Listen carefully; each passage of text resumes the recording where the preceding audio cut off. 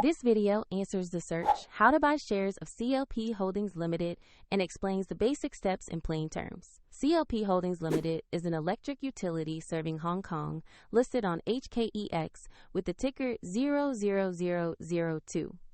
HK.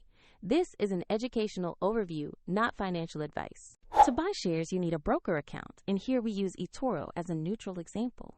After registering, you will need to verify your account, usually by uploading an ID, and then add funds before you can place an order. Use the platform search bar and type the ticker 00002 HK to find the listing. Confirm you locate the CLP Holdings Ltd entry with the matching ticker before proceeding. On the stock page, you will see basic company details and a price chart for CLP Holdings Ltd. Double-check the company name and ticker to confirm this is the correct asset. To buy, click Invest or Trade, enter the amount you want to purchase, then review the order and confirm. If the market is closed, the order may be queued as a market or limit order, and if you lack sufficient funds, the platform will prompt you to add money before confirming.